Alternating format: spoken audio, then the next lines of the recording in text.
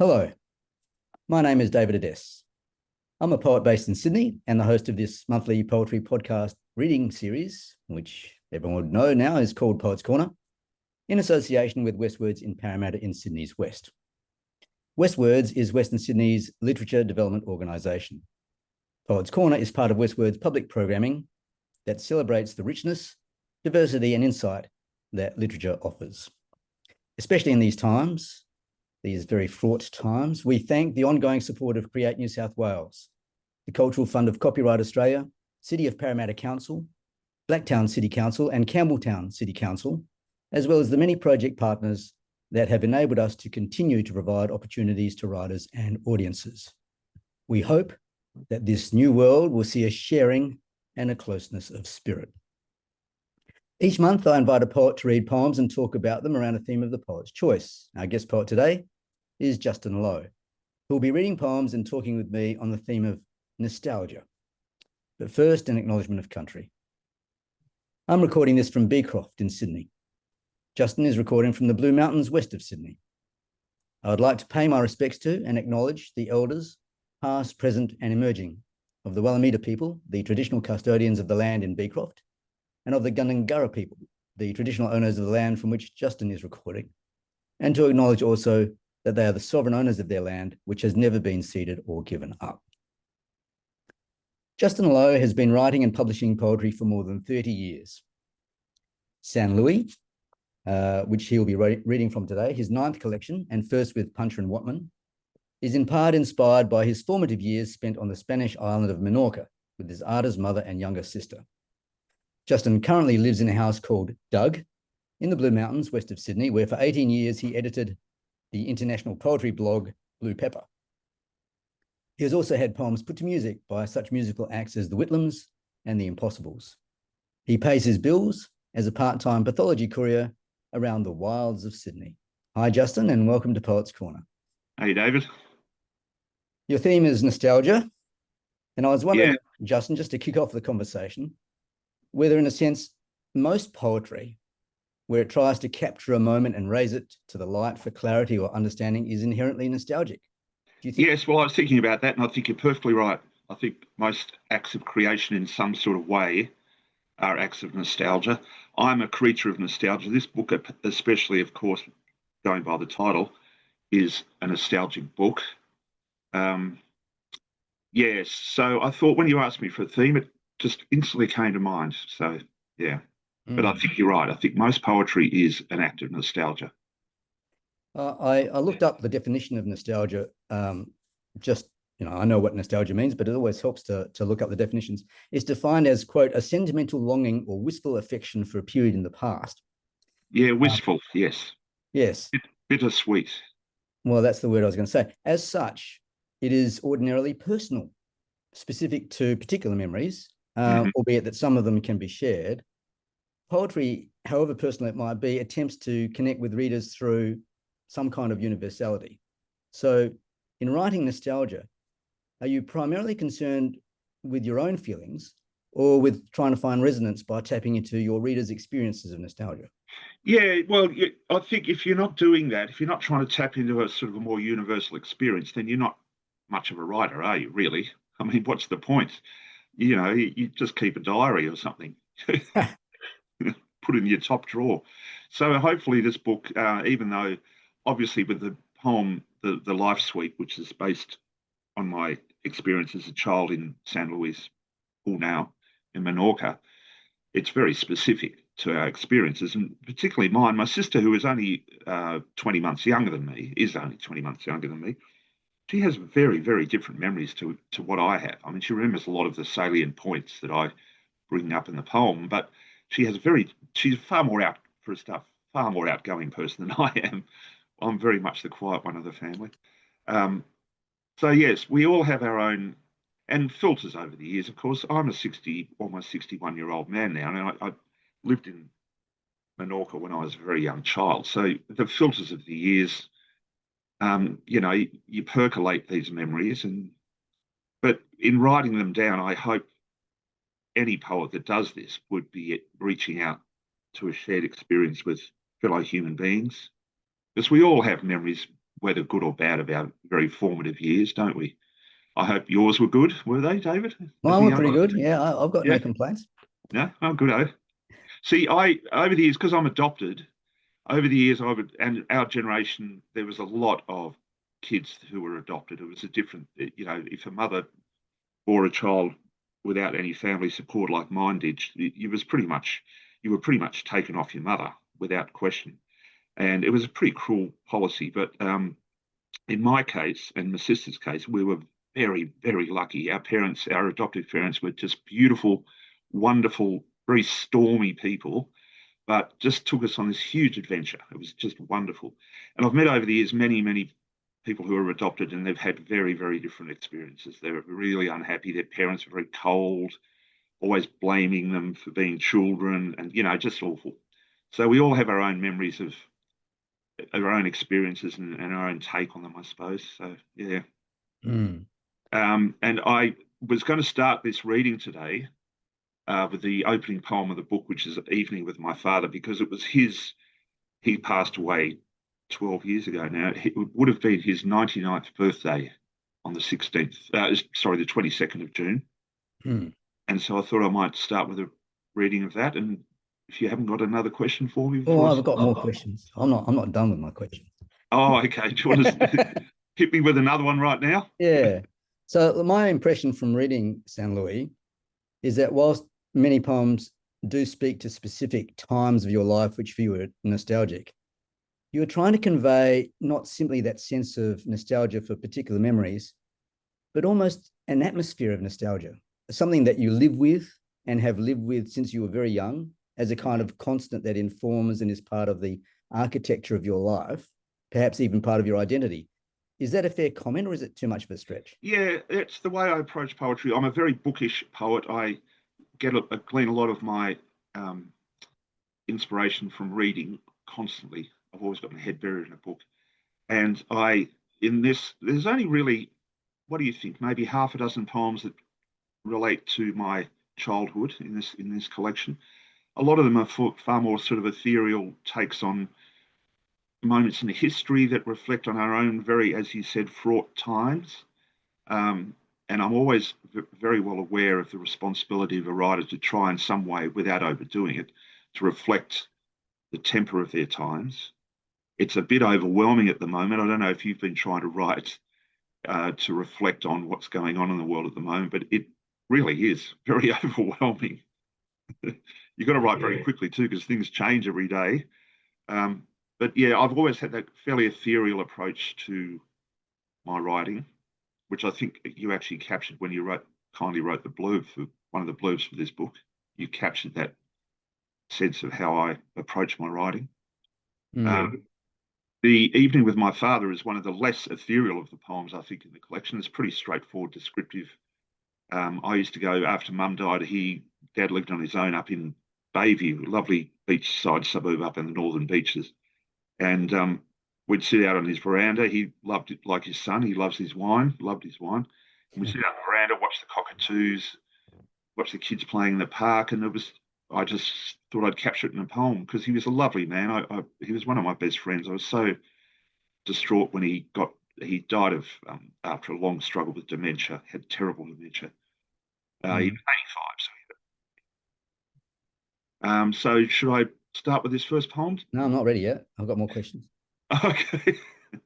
Demanding. You're in a rush. You mentioned the word bittersweet, and I've always thought of nostalgia as bittersweet. That it often involves a sense of loss, a pining for things that were but are no longer, that can't be recovered or accessed other than through memory. Mm-hmm. But looking into it for this podcast, I found that it is regarded as a predominantly positive emotion, which can in fact be actively therapeutic. Is that how you view it? Yeah, I think so. I think it's uplifting. I've got all my old family heirlooms here, including things like my little, wouldn't call it a textbook. It's a little kind of a magazine that when we were learning to read and write in Spain at the school in Spain, in Mahon, in Menorca. I was looking at it before, and I just went straight back to those times. It just took me straight back. And it's like the evocative thing with smells. You get a certain smell and it takes you straight back to a time and place. I always find it very uplifting. Yeah. Is there a risk with nostalgia, if it is so pervasive in your life that you're so busy looking back and trying to preserve aspects of the past that it becomes an indulgence that is intrusive to living in the present? Yeah, it can be, I think. Yes, he can. Actually, my father was prone to that. He was a Newtown boy. He grew up in Stanmore, Newtown. He ran the bus service there for years. And as he got older, he would get on these real nostalgia trips, and you couldn't get him back. He'd go off for days. It's probably a sign of his early onset of dementia, maybe, I don't know. But he was an incredibly nostalgic bloke. Yes, and I've known people like that just sort of avoid the present by just going back to the past all the time. And it can be a trap.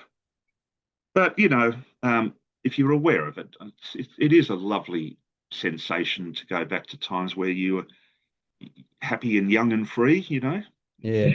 Can't be harmed.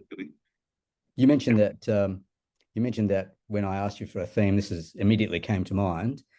Were you conscious of the theme when you were writing the poems, or did you at some point look at what you had written and feel surprised by the prevalence of the theme in your work?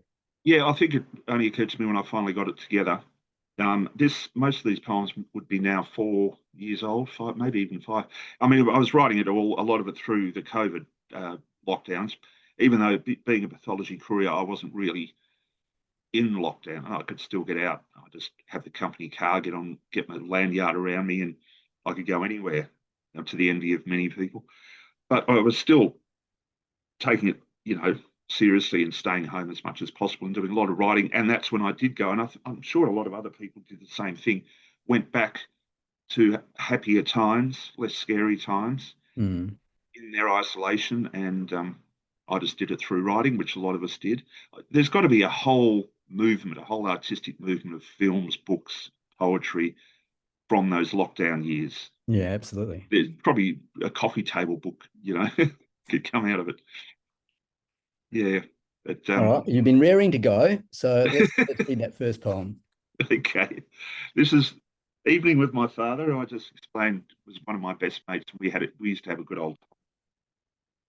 Come dusk, life would spill over the edges, and his voice would go low, guttural, like the wind in a cornfield. He'd just purse his lips a little, murmur, Adeline, oh Adeline, let his eyes go glassy as he sipped his wine, and watch the cockatoos screech and careen on the wires, plumed acrobats drunk on the possibilities. He would watch them and pat me softly on the knee and laugh that little inner laugh of his. Not a chuckle, that poor cousin of derision, but like the light had ticklish fingers, and the neighbours would wave through their pearly gate smiles, and my little dog would growl the way he would at hawkers of all things ghostly and corporeal, and lick my father's hand as though reminding him that all that mattered was right here.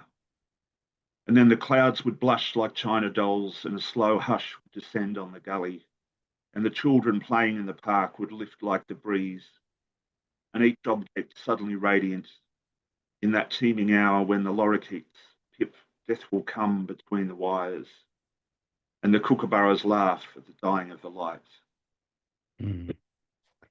Your father, in his murmuring Adeline, oh Adeline, and in his glassy eyes, seems himself to be in the thrall of nostalgia. Yeah. And this poem is nostalgic for moments like this with him. Do you think, Justin, that your sense of nostalgia is in a way absorbed from him? Can nostalgia be transmitted or passed on? Yeah, I think so. Yeah, I think there's a lot of things I got from my father in that way. He was an extremely emotional man. If you got him at a certain time of day and you just held up your finger, he'd start to cry. He was such a softie, but he was also this little nugget, real sort of Newtown scrapper. But he had a huge heart and had a great appetite for life until he started to get older and the dementia started to kick in. But he had a huge appetite for life and was a great sportsman. And he loved the fact, very early in life, I was about 20, and I just made this announcement because I worked for a while as a cadet journalist. And I thought, no, bugger this. They don't pay very well, and the hours are terrible. And so I went and drove, because Dad owned taxis by then. I went and drove his taxis for a while, and thought, I'm going to be a poet. I picked up my first Michael Dransfield book, um, second month of spring, I think it was. I thought, I can do this. And I used to caddy for my dad at the golf club, at Monash Golf Club, and we were in the bar after the 19th hole. And this guy said, "So what do you do, Justin?" I said, "Oh, I drive cabs for Dad, and I'm a poet." Dad said, "Yep, he's a poet." And he was really, anyone he met, he would tell him, "Oh, the son's a poet," because he loved to quote his Shakespeare. So yes, he was just a very lovely, sentimental, nostalgic fella, and I think I did pick up a lot of my characteristics from him. Yeah. I mentioned before that nostalgia can be intrusive on living in the present. And that seems to be captured in this poem by your dog licking your father's hand, seemingly trying to bring his attention and focus back to the present. Yes, those neighbours, the ones I'm talking about, the neighbours there, they lived across the road. They were very, very, very conservative American Christians. This is up in Bayview. And they were very disapproving of my father, because he'd sit on the veranda of an afternoon and drink wine in front of the children. And so he's always having this ongoing feud with them. So yeah, they were very intolerable people. They really were. And my dog used to, whenever he saw them, he'd try and jump the fence and go for them. He was a little thing about the size of Coco. Yeah. So yeah. As a child, did you feel this, that your father was often somewhere else, even when he was sitting right in front of you, patting you softly on the knee? Well, somewhere else physically as well, because I was a golf orphan. He played golf 6 days a week, because he owned a bus service in Newtown, Lowe's bus service, which back in the day, it really just paid for itself, because he had all the contracts with the factories and all the school kids, and it was just a money bags. And he would just go in, check that everything was tickety boo, and then he'd go off and play golf all afternoon. Did that 6 days a week, and on the seventh day, he'd be sitting in front of the golf on television. So in that way, yes, he could be a bit lost physically as well. But no, he was very engaged in the both of us, my sister and I, as children, and he was always driving us to our sporting events, and he was always attending our drama nights. Yeah, he was a very good hands-on dad in lots of ways, but he did have a very much his own life as well. Mm. In those days, as we all remember, it was a far more laid-back parenting style for most of us. I think you disappear, because we lived near the bush when I was living in Castle Crag later in my childhood, and that's very leafy, still is Harbourside suburb in lower North Shore Sydney. And you just disappear into the bush for the whole day. And you get home at sort of 6 o'clock at night, and Mum would go, "Oh, I wondered where you'd been all day." She wouldn't. Here's dinner, burnt chops. Yeah. The last part of the poem suggests gently, I think, that the present is always there, in a way, waiting for you to return to it. That there is something insistent and faithful about the present, that even though you may leave it for a time, it will never leave you. Yeah, that's a very good observation. Yeah. That you can be grounded again in the present by the blushing clouds and the hush in the valley and the children playing in the park and the lorikeets and kookaburras. Is that what you're trying to say in this poem, in a way? Yes, and also my father was very alive to the moment. He was very, wasn't like me, where I am a bit lost in thoughts, and he had a very immediate perspective when he wasn't back doing the nostalgia bit. He was very hands-on in lots of ways. He's a very good businessman. So you have to be present, have presence of mind to be the businessman that he was. Yeah, and I suppose unconsciously that happened in the poem. It just the way it rolled out. It came out very quickly and without many corrections when I wrote it longhand in my notebook, and it was just one of those ones. It's pretty rare that happened, but yeah, it must have been sitting in the back of my mind for a while. And I thought, because it came out so quickly and easily, I didn't think it was worthy of being in this collection, especially not the opening poem. And a lot of people read it and went, you're nuts. It's beautiful. Stick it in. It's got to be there. So, yeah. So there it Do you is. ever have that yourself as a poet where you write something and it's come so easily you think, oh, I can't be any good? Do you ever have that? Oh, you never stop doubting, even if you spend years on a bloody poem, do you? So, yes, I do have that. I just want to ask you, there's a line here. I wanted to ask you to elaborate on it. The lines, "Death will come between the wires." What does that mean? What do you mean by that? I know in that teeming hour when the lorikeets pip, death will come as they're between the wires because they're little lorikeets. They flutter around between those wires, and I always think if they make contact with two of those, they're gone. But they never seem to. And so it was that just the tenuous, fragile condition of life and how it could just go like that. And I was trying to convey that. Yeah. Okay, thank you. Yeah. The end of the poem evokes Dylan Thomas's famous villanelle, "Do not go gently into that good night." Yeah, I actually used that the other day and I sort of twisted it a bit in a poem. Yeah. Yeah. And particularly the line, "Rage, rage against the dying of the light." But your last line seems to me to challenge or almost refute Thomas's notion, where you look for an altogether different approach, laugh at the dying of the light. Did you have Thomas's poem in mind when you wrote this? And no, I didn't. I don't think I did. No, I don't think I did. It occurred to me later, but at the time, no, I thought that's just what kookaburras seem to do as the sun's going down. They come, and we've been getting a lot of kookaburras up here lately, which I'm told is a very good sign. And I just think it's one of those classic Australian things that we have laughing birds, and they laugh at the sun going down. I just think it's brilliant. Yeah. All right. Would you like to read us another one?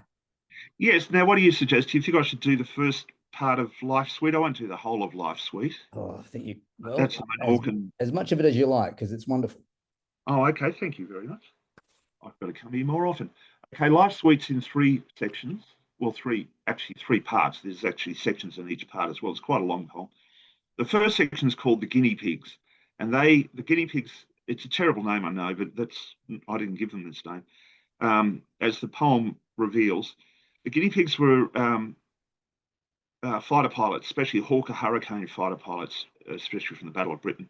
And they would be trapped because the Hawker Hurricane, the cockpit's very close to the engine, whereas the Spitfire is way back. But the Hawker Hurricane, the cockpit is right pretty much on the engine. And so if they got hit and they're up there and the engine exploded, caught fire, they had very, very limited time to get out. And unfortunately, the latches on Hawker Hurricanes at a certain altitude would freeze up and they couldn't get out. And so they had these terrible burns if they survived. You can imagine it'd be awful. And so there was a clinic in Menorca for some reason. I don't know why the British would set it up. And these guys would come over and get that sort of the rudimentary plastic surgery. And they sort of over time they were getting it redone because the processes became more complex. And they used to come to the bakers at San Luis and just buy a whatever pie or cake or whatever, and they'd sit out in the sun, and they just had these faces. It was just like the name suggests, just these little buttonhole eyes and this plastic face with no expression. But they were the loveliest blokes. They were always really kind to me. When we stopped getting terrified of them, they were really striking looking people. And they were the loveliest people. And I thought I would write this with them in mind. So this is the Menorcan experience of a young boy. I was about 5, 6 when, I was 5 when we first moved. I think 4 or 5. So yes, this is just section 1. I was adopted by 2 loving but impulsive people. My younger sister was likewise adopted into a kind of summer storm. In that era, a single woman lost all rights to her child, unless that woman possessed unearthly powers of persuasion.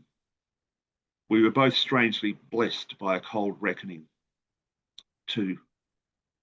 On that drive home the first day, my mother fretted about the sun on my face, pleaded with my father to go home a different way. He just remembered me sleeping. It was the beginning of my long love affair with the sun. and with a laugh my father directed only at my mother. 3.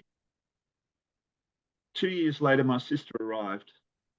She cried so much, I pleaded with my parents to take her back, a familiar trope. But pretty soon I was in love with her too. She followed me everywhere, a little toothless dumpling with toilet brush hair. 4. When my sister had just started to speak, my mother whisked us all off to Spain, to Franco Spain, to the island that held out longest for the Republic, garrisoned by pimply conscripts and punished through neglect. We had our water delivered by mule. There was a spring down the road where I collected bottled water still bear the scar from running on the cobbles. My mother painted vast oils, always of streets, narrow streets leading to a vanishing point, almost as though she could already see to the end of her short life. My sister and I learnt to read and write in Spanish. We were as fluent as children can be who fear the nuns' petty cruelties. They loathed our mother and all she stood for, the same arid worldview that wrenched us from our birth mother's arms.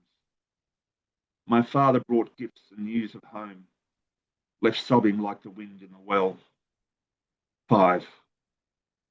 In the nearest town, San Luis, it seemed every woman over 30 wore nothing but black, silently genuflecting at the crossroads. War was everywhere, the scars and void of war. You could see the fresh plaster covering over the bullet holes, the black-clad women, heads down, waiting for the conscripts to leave the butchers, the bakers. 6. On the far side of town, on the sleek army road to Mon, there was a clinic run by an English doctor, an expert in facial reconstruction, a plastic surgeon. His patients were mostly victims of that vast tragedy for which the Spanish was merely a rehearsal. Men by now in their 40s and 50s, with featureless faces and pits for eyes. 7. The Hawker hurricane had an unfortunate propensity to catch fire and for its cabin latch to seize up at certain altitudes. I will spare you the details other than to say each new war finds new ways to be cruel. To my eternal shame and regret, I used to stare at those kind, gentle men as they sunned themselves outside the bakers in San Luis. Benga, benga, my mother would scold me, as though trying to herd me away from the mad dog, the midday sun. Do you want me to go on to part 2? Yeah, I think read the whole thing. Okay. Sorry, I've just got had a bit of a cold the last few days, no surprise. Okay, number 2, bomb threats. 1. After Spain, I attended an all-boys school in Sydney from age 10 to 18, perched high on a hill like some grim Norman watchtower, the long shadows that seeped into your bones, fingers of mist on the winter playing fields, Wilfred Owen, boiled cabbage, and matron's antiseptic, all conflated to instill in a 10-year-old boy a crippling and indelible propensity for nostalgia. There you go. 2. In the 1970s, the Brezhnev years had spread their grey tentacles all the way to us. Everything seemed broken under leaden skies, run down, rusted, vandalised. It was as though, with the looming spectre of the bomb, no one could see the point of fixing anything. People smoked as though lined up against a wall. The teachers smoked, the boys smoked, my mother, my father, my sister smoked, even the school chaplain after morning prayers. There was this permanent oil slick on the harbour, the sun painted tiny rainbows on each morning. We wore suits and ties and straw hats, like little Cupid dolls of power. We wondered where the world was we would inherit. 3.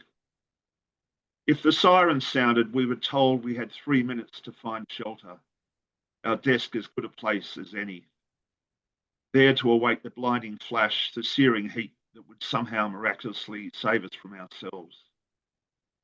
And if the school bell rang mid-period, as it seemed to do quite often in the 1970s, we were told to leave our things, assemble calmly across the street from the placard wavers, the gauntlet we had to run each morning. Bide our time before the all clear, trying to guess which curbside Cassandra rang it through. Okay, part 3, looking up. This is from Robert Adamson, who I sent this poem to and asked if I could dedicate it to him, because his legendary love for birds, especially Spinoza. So yes, he said, yes, love it, love it, love it. It's based on my experience as a pathology courier. It's called Looking Up. Perhaps the most surprising thing about this job is the birds. No 2 days the same. All the ills of the world, a puzzle always in need of solving. But I can always count on the birds. You think I'm talking about poetry, don't you? I'm talking about the birds. In a car park at Narellan, the stand of river gums lining the Georges catchment. Galahs shriek their joy to be birds. Aeolophus rosacapilla. While I pack the COVID bags, separate the serums from the swabs, I smile at the gumnut rain of the birds. All the ugly noise drowned out by joy at the tears of changing light. I bin my gloves and laugh with the birds. In Bankstown, when the days grow longer, under the wheeling clouds of starlings, the doctors ask, have I seen the birds? The cockatoo mobs over the Ingleburn estates, treading rusty roofs with an air of ancient cunning, shrug, look at him off smiling at the birds. I do my job amongst the poor, the sick and the frail, and amongst the birds. Under the eagle's shadow on the M5 heading north, maybe the loudest bird of them all, a kind of silent hammer blow. Yeah, thank you for reading the whole poem. I wanted you to read the whole poem because it's so evocative and it captures so much in its different parts. I mean, it spans, I guess, over half a century, from your adopted childhood to your time in Franco Spain, to your return to school in Sydney, and then leaping to the COVID years. How did this poem come about? Did you write it initially as 3 separate poems over a period of time that you then came to? It's hard to remember now, but I remember showing it to Susie. She's an artist, and I often show her my poems and ask if she's got an idea for titles or what to do with them. She's got a very, very critical eye. At times, a bit harsh, but yeah. and I think I remember having it in three different poems, and I showed them to her, and she took them down into her studio down under where I am now, and she came back up and said, "Stick them all together." And I said, I was just thinking about that. I was thinking maybe I'd do something like Life Suite or something like that. And she said, yeah, that's not a bad idea. Because yes, it is the 3 stages. It's the most flattering portrayal of the 1970s. It wasn't all that terrible. But I did find it a cultural shock coming back from Menorca, and because I went to a very exclusive private boys' school, so boo-hoo me. I actually had a pretty good time there, to be honest. That's where I developed my love of cricket. But I found it was a real cultural shock. You had to be booked into these schools at birth or at adoption, as we were. And I was a scholarship boy. That's some sort of exam. I can barely remember it now. So I was on a half scholarship because otherwise my parents, there's no way they could afford it. And yes, so I felt the need to write something about that period of my life. And then I've been a pathology courier now for 10 years, and there's so many opportunities I've had. There's a few poems in here that actually relate to my job. And I just find it, even though it's just, sort of entry-level job, I find it very rewarding, and it does make me feel like I'm actually giving something back to society, especially during the COVID years. So I felt the need to have those 3 periods of my life sort of put together, and it seems to work. And I'm glad you like it, David. I do. There are hints in the Adeline, oh Adeline, in the first poem you read, and in the laugh my father directed only at my mother in this poem, of a great love or a great romance between your parents. Yeah, oh, yeah, They they spent loved quite it. some time collating all their letters to one another. Yeah. They sound extraordinary. Can you say something about their relationship? Yes. Well, it was stormy. There's no getting beyond that. Um, Now, my mother was a very headstrong woman, and they didn't. There were times when I suspected that my parents had marital problems, and they did at times. There was some big, huge rows over the years. But the reason that she took us off to Spain was because she loved Picasso, she loved Hemingway, and she was just bored being a housewife in Australia. And Dad said, "Off you go. Good on you." He didn't realise we'd be over there for years and years and years, but he'd come over now and then. And you see, with them, they had such respect for each other. My father, I don't think I ever saw him suffer a twinge of jealousy. And my mother had a lot of Spaniards chasing after her when she was, I remember it quite a few times. And my father never really had a twinge of jealousy. They had, they just loved each other. They had a very, very, very strong, they would lock horns now and then. But when Dad came over and he spent months with us, we had a hoot. And then the day that he had to leave, I remember one time he dropped us off at the school, which is in Mullen, at this nun sort of this terrible, these dreadful nuns, and he dropped us off. And Mum said after we walked into school, he just sat there in the car, just sobbing inconsolably, and she's just sitting there rubbing his back before he had to get on the plane and fly back home. Mm. But yeah, they were extraordinary people. They really were. Um, and he would cop in that era. He would have copped a lot from some of his more conservative mates.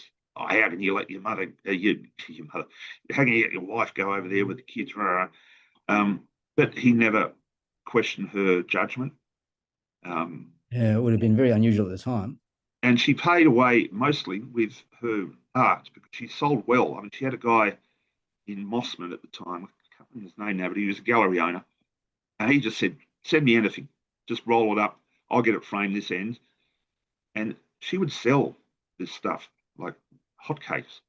So we were pretty much a self-funded bunch over there. But Dad would send checks now and then. It was all very ideal. But there would have been tensions. It would have been difficult for him to be alone. And he did look sorry, Dad, but he did have the glad eye, and I'm sure he got up to no good when we were away because he was loved his women. He did love his women. I used to have to keep an eye on my girlfriends when I brought Too much information. Yeah. You refer, and you mentioned it, and you referred in the poem to the era where single women lost all their rights to their children and to the arid worldview that wrenched you and your sister from your birth mother's arms. Mm. What impact did that have on you? Is it something that you came to terms with or that you've had to wrestle with throughout your life? Yeah, see, I was talking before about what over the years at parties and stuff, I'd meet people that were also adopted, and for some reason it came up. I go, "Oh, how did you cope with it?" When I remember meeting one girl who didn't find out till she was 20 something that she was adopted. I mean, we knew, my sister and I knew forever. We must have had it broken to us just as we were learning to speak. I mean, Mm. I cannot remember a time when I didn't know that my parents had adopted us, but they were still our parents. We didn't have that terrible sort of we don't belong here kind of thing. We had all kids go through that thing. I think it's quite common where you wonder if your parents are actually really your parents. A lot of kids have that. It's not just adopted kids. Um, and thing my sister was when she was a little tacker. She did a Menorca once. She'd pack up her stuff and she'd be, "I'm on leave. I'm running away," doing all that sort of caper. But we always knew, and it was never a thing. It was more of a thing for my mother when she got a bit older. When I was going off to college, she took me out to lunch, and she said, I'm always going to be your mother, aren't I?" And I said, "Yeah, of course you are." Because my sister, at some stage in her teens, she made some effort to find her birth mother, and my mother found it really upsetting. And I said, "Look, it's not an issue. I really couldn't care less. You are my mother." did seem to be eating away at her at the time, and that reassurance seemed to just settle the issue forever because they earned it. I mean, you earn the right to be someone's parents, I think, by simply by being there, offering support, a safe house, clothes, all that. And that's what they did. So they also took us on this wonderful adventure. So Yeah. And you said that your mother was able to sell a lot of her artwork. Have you kept any of for yourself? I've got loads. None up here, I don't think. But yes, I've got maybe, and my sister's just found another one. A friend of ours from one of Mum's friends has passed away, and her kid Sarah has said to Sally, my sister, "Oh, we got one of Judo's paintings here. Do you want it?" And so that would be now number 7, and I'm going to take it because my sister's got no more room in the walls. My sister's got about 5 of Mum's, and this will be my 7th, and I've got a fairly small house, so I'm trying to juggle where I'm going to put it because they're fairly big oils. She always did oils. She loved streets, and she did a lot of streets in Surrey Hills when she was living back in Australia. But a lot of those Menorcan alleyways, and she was obsessed with narrow streets. It's a very strange little fixation she had. So yes, and they're beautiful. She had this very, very, funnily enough, she had a technique a bit like my poetic technique. It's slightly ethereal, where she would paint in oils with brush and what do you call it, spatula or whatever, and then she would rub it back into this sort of ethereal, sort of ghostly look. And I think my poetry reflects that in a lot of ways. You can see, well, you can see it on the cover there. That's one of hers on the cover of the book. Yeah. Right. Yeah. So that's very characteristic of her art.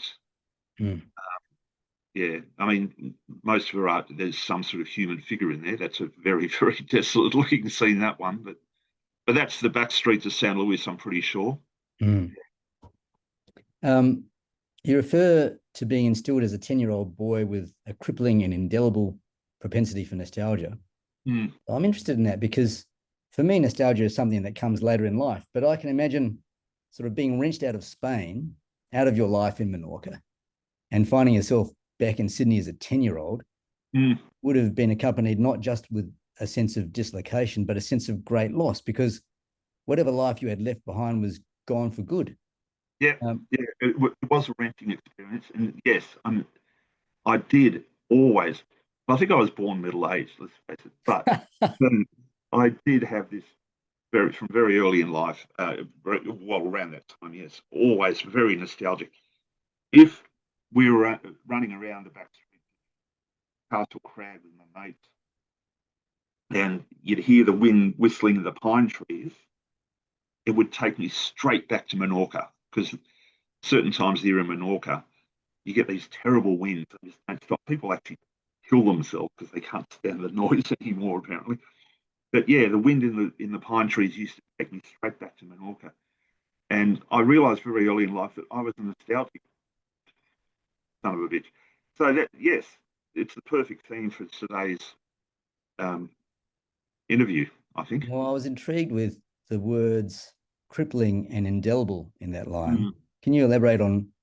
Well, because it's sort of, in a way, I mean, I was a fairly popular kid at school, I suppose, but it did separate me a little bit from my friends. I just felt different, I wanted to just be, as kids do, you want to be part of the group and just blend in. But there was always that bit there that I put a distance between me and my mates until I was quite a bit older, until pretty much I was about 18 and leaving school and chasing girls and playing in bands and doing all that stuff. By then I'd found my place over here, and I've never really looked back. And I've been back to Menorca once since, so it doesn't have the pull on me physically that it does in my head, I suppose. It's a millionaire's playground now. It's got nothing in common with my childhood there. Actually, it's the poem I thought I'd read next, Bini Safua, which alludes to Menorca was just starting to attract the very, very wealthy West Germans and British that were buying up the smaller farms and turning into these hideous, what do you call them? I don't know, dreadful palaces. And so I thought I'd read that one next. Would that be all right? Yeah. And then we'll be done with the Menorca thing. Inisafua was, I think, the nearest little beach. Menorca has some wonderful beaches. It's actually a UNESCO World Heritage Island because there's two reasons, or a few more, maybe three reasons. It is on the bird migration route from Africa up to Europe, and they have these huge swarms of migrating birds that use that as a sort of staging post. It also has, in the middle of the island, it has what I've always referred to as a mini Stonehenge. So there was obviously a very, very advanced Neolithic culture there that has some sort of connection to the British Stonehenge culture. And also, it's got the most wonderful coastline, beautiful beaches, absolutely gorgeous. And Beni Sefur was one of them. We used to go down and we'd walk around. And so, yes, I just had a flash of a memory and I wrote it down. And it was another one of those ones that just came out. So Beni Sefur, on just such an occasion as this, the boy spies his face in a rock pool. The wind makes it dance and his laughter lifts a curtain of gulls.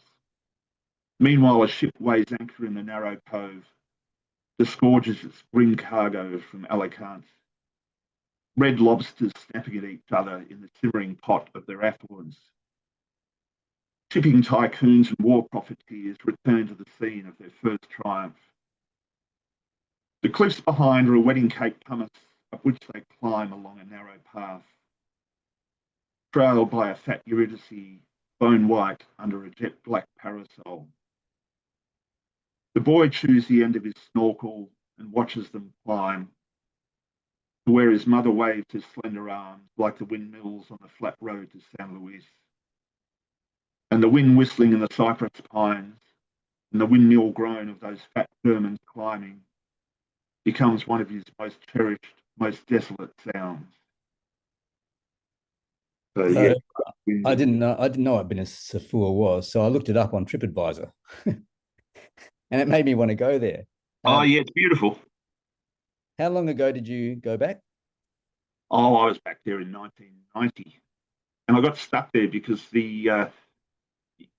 I decided to go by ferry, which is how we used to come and go between Mahon and Barcelona in the old days. You could fly there now, but I thought I did a ferry. And halfway across, there was this huge storm in the Mediterranean, really, really destructive. I suppose it was a hurricane, I don't know. And so when we finally made it to Mahon, we were stuck there. All the ferry services were suspended for a week. And I thought, oh, okay. And so I actually walked from Mahon, which is quite a bit of a hike. I mean, Menorca's a tiny island, but still it's a bit of a walk. And I walked to Pulnau, which is a little farming village outside San Luis, which is where our farm was. And I couldn't for the life of me recognise anything. There was the same sort of little laneways and all that. And I'm looking for Pulnau number 58, which is the farm we lived on. And it was so different.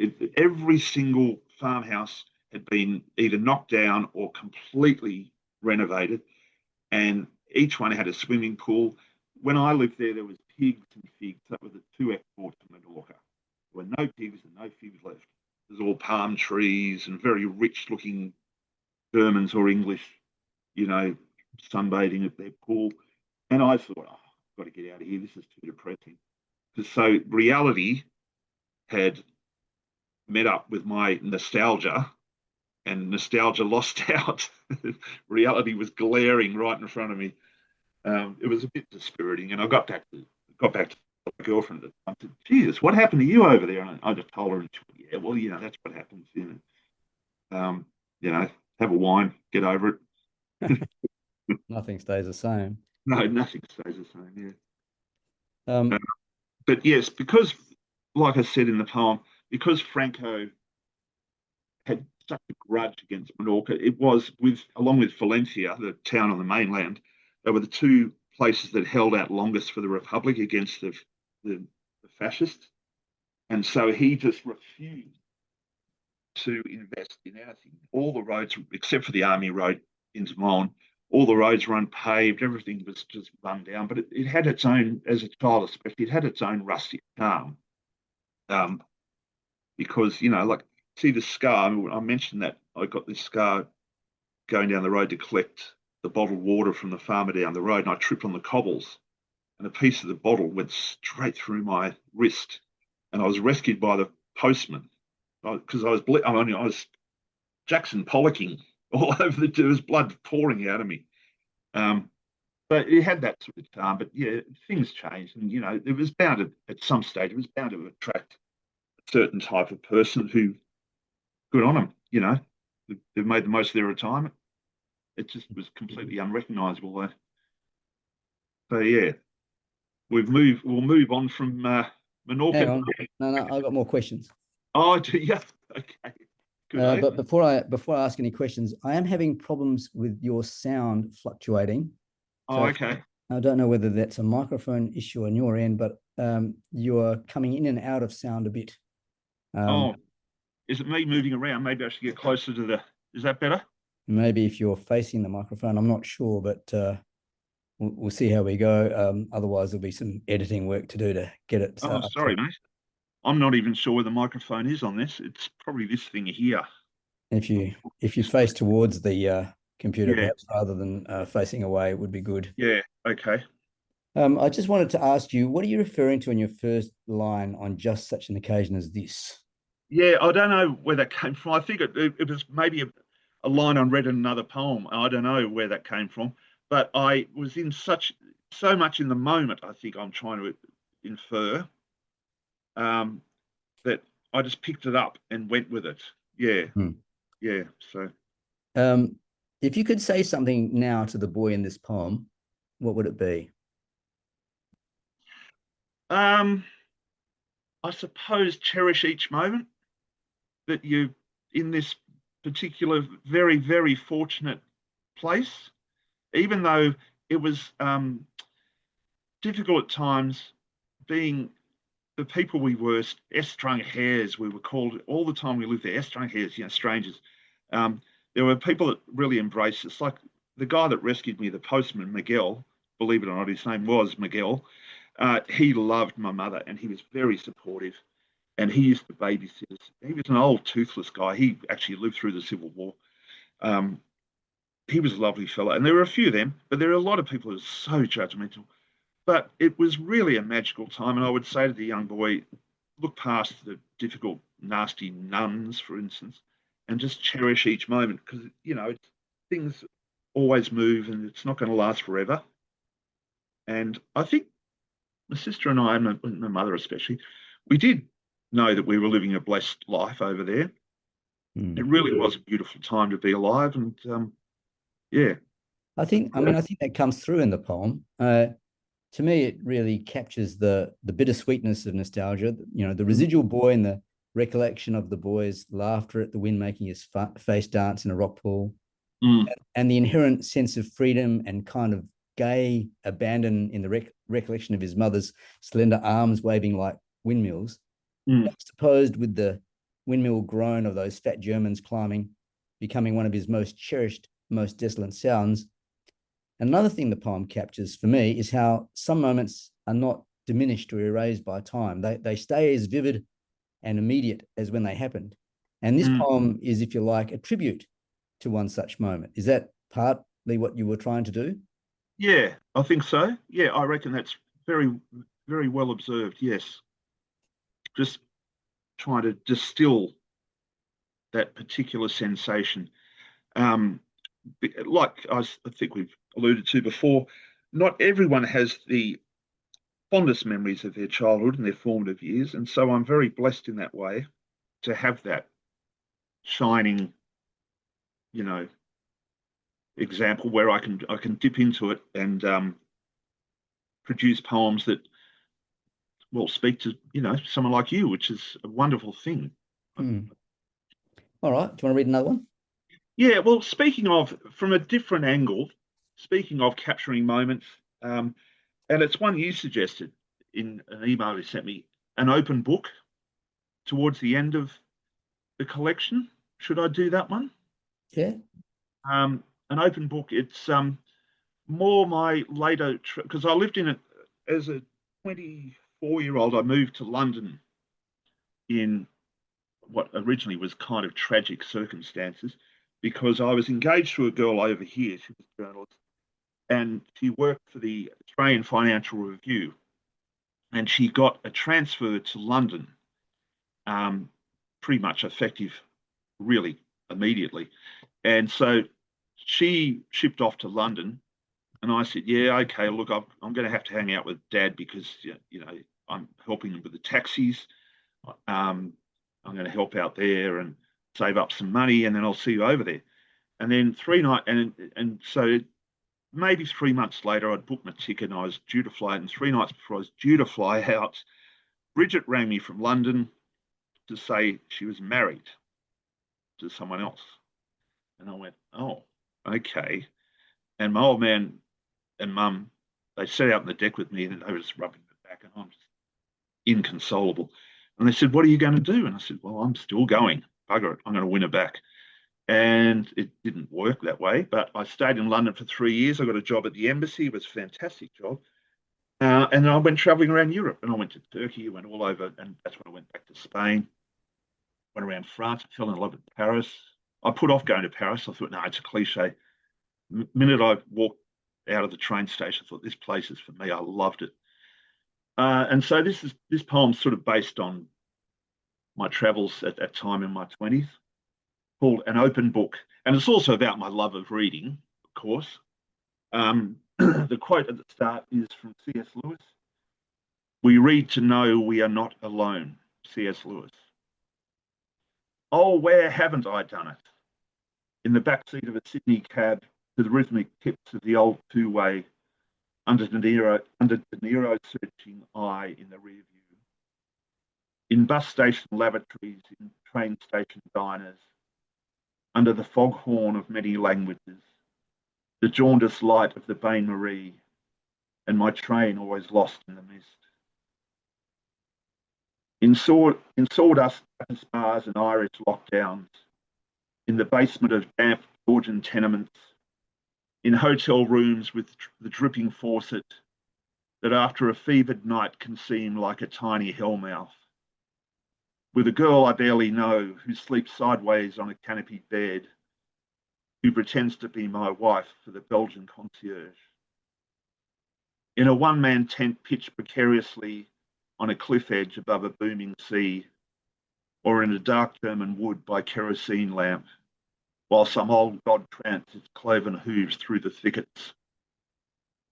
In a hatted kitchen on the Strand while the waiters bark their orders over the glittering path, and the dirty plates stack up, and I do it as though I had less than an hour to live.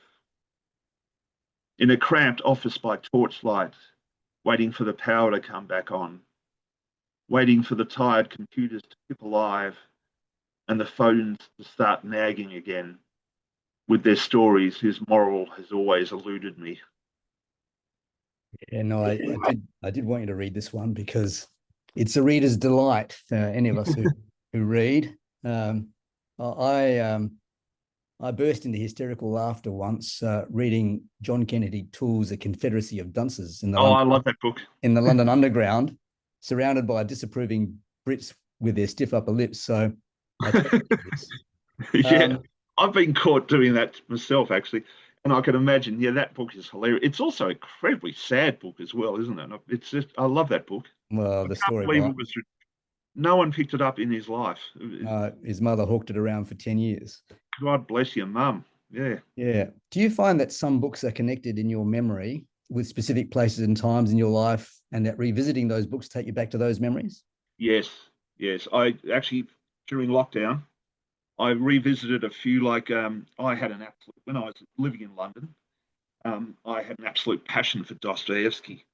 and I revisited The Idiot, and I revisited The Brothers Karamazov, and it did, especially Brothers Karamazov, it took me straight back to the 20-something-year-old I was at the time, and yeah, it was great. I love those. Yeah. So books can be a portal into nostalgia as well. They can. And actually, another one was Catch 22, which I revisited, and that took me straight back. The first time I read it was at school, and I was going out with a girl, she's a lovely girl, and we would read each other a chapter each of Catch 22 because we were both studying it for the HSC. And it took me back to that. Yeah. Yeah, she's passed away now. Oh, speaking of which, she wanted me to read, speaking of dead ex-girl. Yeah, no, hang on. Don't, you're such a rush. I want to ask you some more about this one first. Oh, okay, sorry. What came first, Justin, the poem or the epigraph by C.S. Lewis? No, I think it would have had to have come, the C.S. Lewis would have come after. I can't really remember. That's a good question. Maybe I saw that and that inspired me to write the poem, actually, because I remember it came up when I was reading something like the London Review of Books. There was a review of a novel or something, and it came up there, I think. So maybe that's what sparked off the poem, actually. Yeah. Yeah, that's a good question. I don't actually remember writing that one. It just seemed to come out. And what happens, Justin, if you don't have a book to read? Oh, I go mad. I really do. I can't imagine the last time I didn't have a book to read. I mean, if you can see behind you here, this place is teeming. It's a fire hazard place. It's teeming with books. I've always got one. Even when I like my locals. I go up to the pub of an afternoon, and I'm a fairly sociable chap up there, but I always take a book, and if no one I want to talk to, I'll just go and sit in the corner and read my book. I love the ambiguity of the title to this poem. Does it mean that you always have to have an open book, or that in writing a confessional poem like this, you are an open book, or that the reader of the poem has before them an open book, or all of these things and other things as well? Yeah, well, yes, it does have that sort of double meaning, doesn't it? Yeah. You see, actually, now I'm remembering where I got the inspiration from. There is one of Charles Simich's mates, a Serbian poet, much more mischievous than Charles Simic. He wrote a poem, Where Haven't I Done It? And it was all about, masturbation, doing it in a privy, doing it in a church. And so I read that and I thought, and it was one of those laugh out loud poems. And I thought, oh, I'm going to do that, but I'm going to have the double entendre, double meaning of I'm always reading. I'm always, wherever I am, I'm reading. So there was that. That's all I remember about it, really. Okay. I don't know if you've heard this recently, but Australians apparently are reading less and less and buying less and less books. And this poem probably won't reach the ones who need to read it the most. But do you have anything to say to the non-readers amongst us who won't ever watch this podcast? Yeah, no, I don't have much to say to them. Yes, look, you really should, because it is the most magical thing to immerse yourself in a wonderful book and just lose yourself in it. And you don't lose yourself. It's not a soporific. It brings another aspect of life to you. You become a more fulfilled person by reading great literature, great poetry, great fiction, even great histories. I'm a mad reader of history, and a great history book can change your life. It really can. So those people are really missing out. They really are. Actually, Susie, who I live with, for a long time, she stopped reading.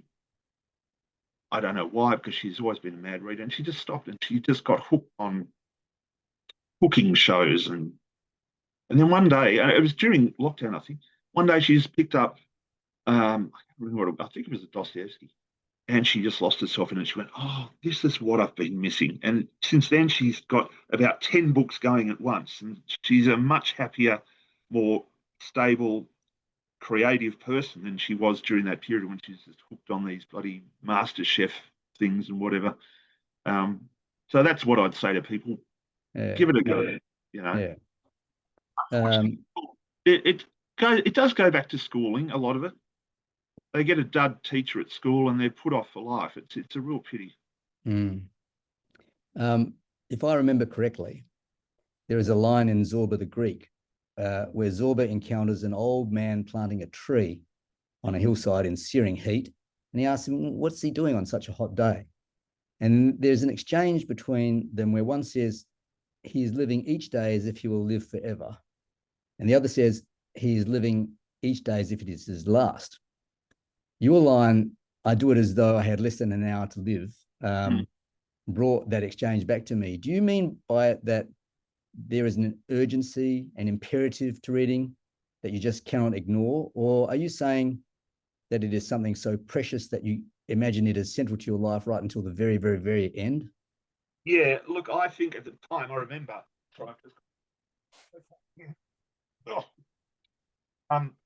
At the time, I remember in my 20s, I was a very, very, very serious young man. And yes, I did feel I had to just absorb as much as I could because I had this sense. I mean, there was still the Cold War going on, and we all had that sense, even though if we put it to the back of our minds, that everything could be over any second, you know. But I also just had I have a very fatalistic streak, and that was always an imperative with me. That's why I always had a book open. There was a boss of mine years ago when I first started working at laboratories, pathology labs, many years ago. And whenever he saw me, you know, when I had a break or whatever, he said, "You've always got your nose buried in a book." And he wasn't criticizing. He just thought it was great because it was kind of rare even then. And yeah, that's always stuck with me too. But yeah, it's always, there is a sense of urgency. As I've got older, maybe less with my reading. I just want to learn as much as I can. So many books, so little time. Oh, so many books. Yeah, so many really good books. Yes. All right. Now I'll let you read another one. Okay. Well, it is your interview. You know, you call the shot. Well, speaking of Ristovich, because I thought I'd read Charles Simic, which I dedicated. I was engaged. Well, yeah, I suppose we were engaged. She was Kristen Crip Terry. This poem is dedicated to. Was my girlfriend pretty much all through college. I'm pointing that way because it's directly out there, Bathurst, directly west. What was then Mitchell College is now Charles Sturt University out at Bathurst. And she was a wonderful woman, had a great voice. She was a really good muso. She passed away the same year as Charles Simic. She had always had terrible kidney problems, and I think that's what finally took her out. And I was really distraught when I got the news. And I wrote this poem pretty much that night. It's just simply called Charles Simic. It's in 5 parts. So 1, it's in the form of a letter. Dear Charles, thank you for the games of chess. I still owe you one ivory tiger. Thank you for pulling me from that dark pond. Insomniacs seem to make reluctant heroes. You pulled me out and whispered something in my ear, a little canticle of nonsense or maybe Serbian. I am not very good with languages, or epistles, it would seem. 2. You often whisper when I'm a little lost, Mr. Simic, like a well-oiled door opening onto a warm room, where there is bread baking in an oven, and a girl with heavy breasts needs dough, and your old pal Ristovich raises a glass and watches the girl while the tea train rattles past the window. 3. You've seen me through some good times and some bad, Charles, but mostly bad because that's when we call on our muses.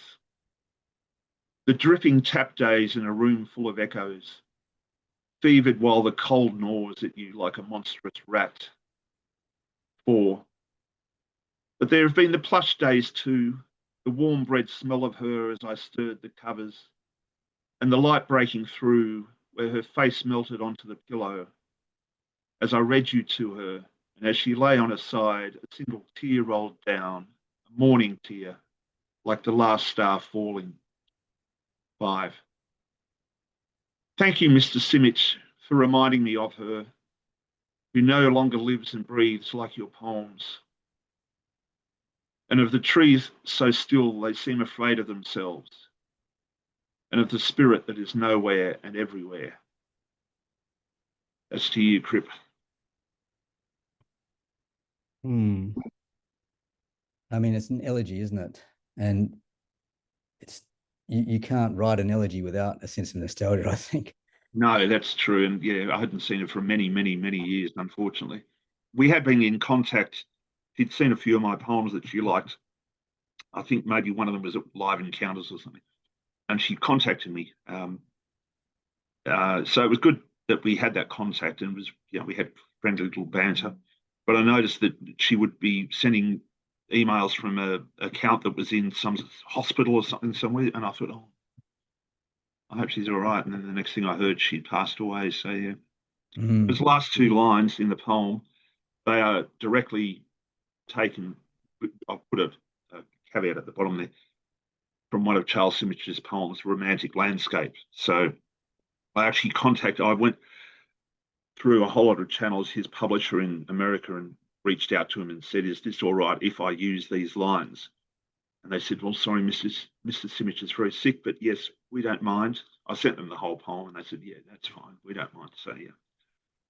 Yeah, I looked up that poem, Romantic Landscape, just to see what you borrowed and how you borrowed it. And there's one line that you repeat as is and one line that you vary a little bit.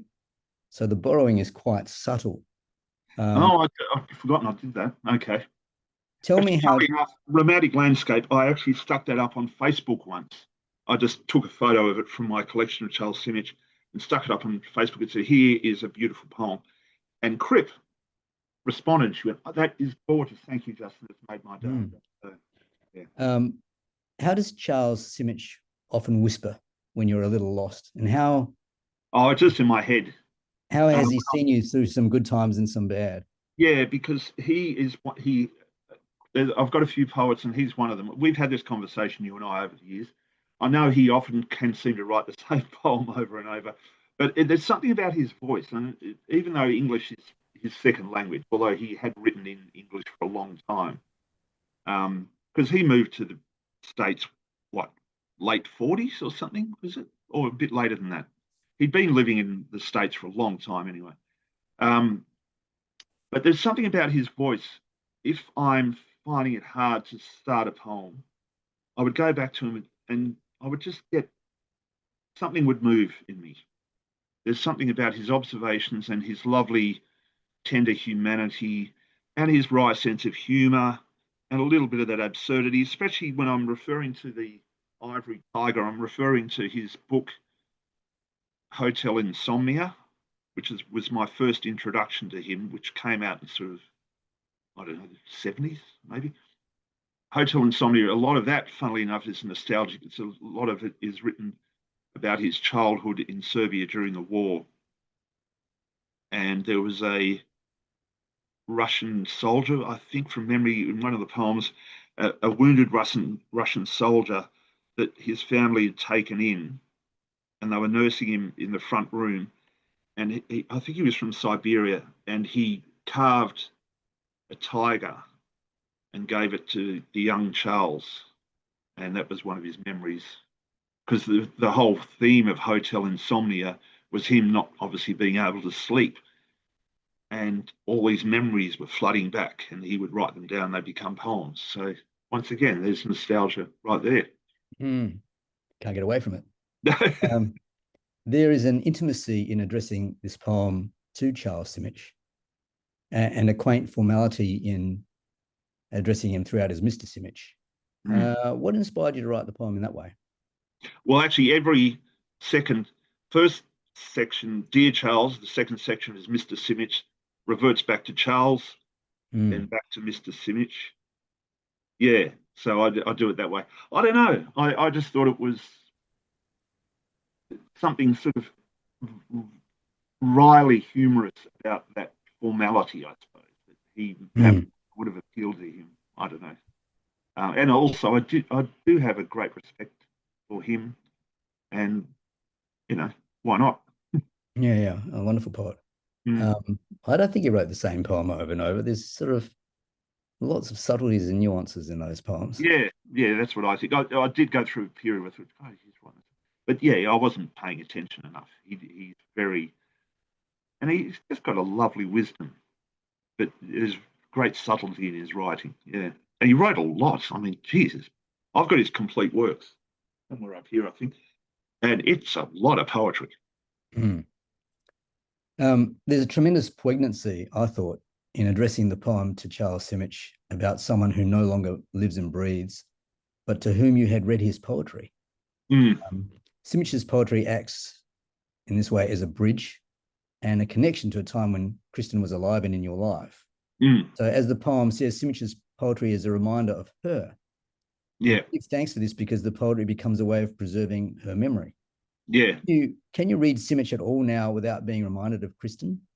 No, not anymore. Not especially not since I wrote that poem. No, I And got a bit teary. I don't know if you know, I was getting a bit choked up when I was reading it. Because she was a great part of my life. She really was, and she was a great supporter of my writing. She reckoned um, she could pick the day. It may have been around when I first discovered Simic. I don't know.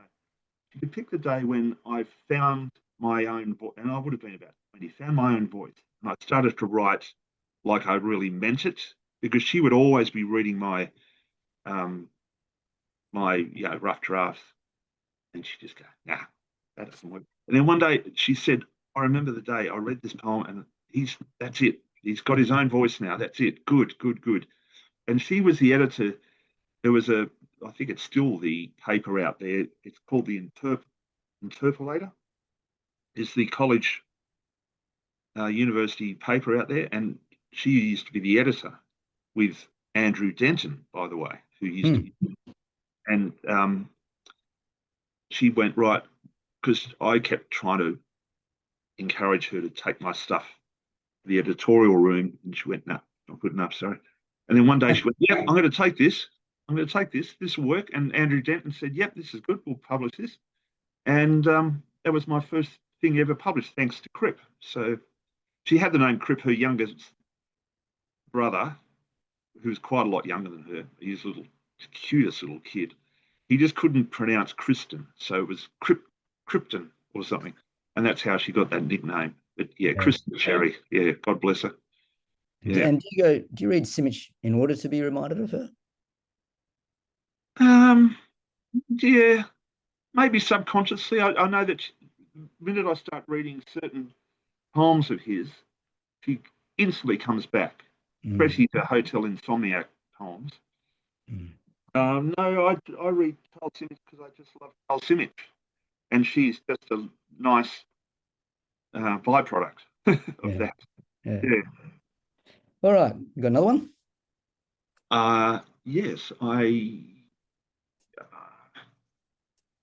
All right, look, my nephew. I've always promised my nephew I'd read. There's a poem in here called Maureen. My nephew, who I love, my sister's only son.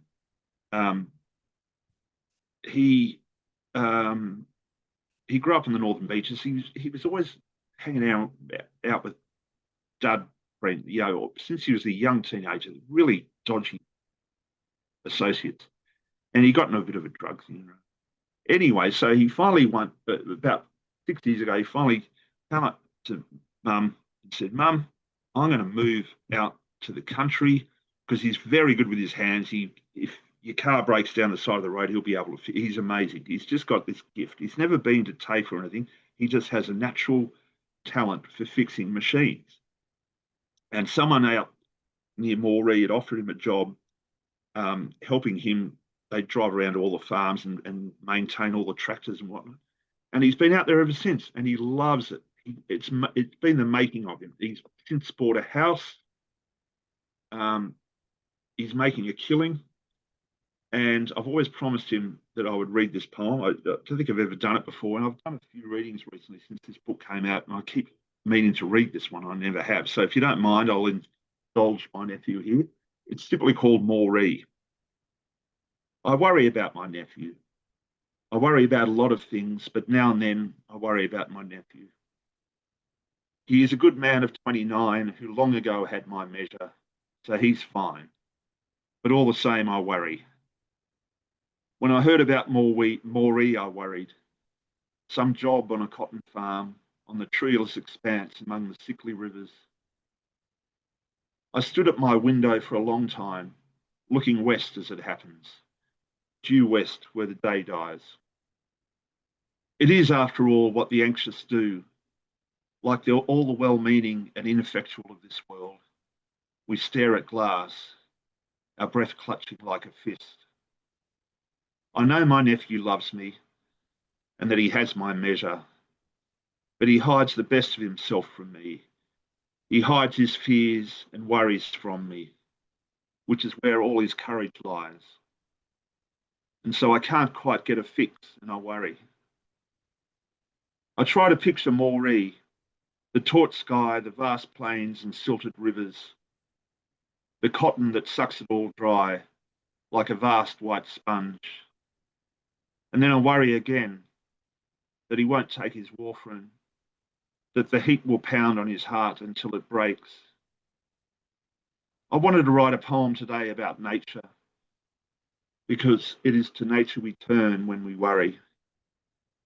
But all I could see was a vast emptiness. And so you've gone completely off script because I didn't know you were going to read that poem. But I'm interested in, he hides his fears and worries from me, which is where all his courage lies. I'm interested in that being where his courage lies. Can you expand on that a bit? Yeah, because like I mentioned later in the poem where I mentioned the warfarin, he's actually off the warfarin now, but he has inherited from his father a genetic heart condition, and it's quite serious.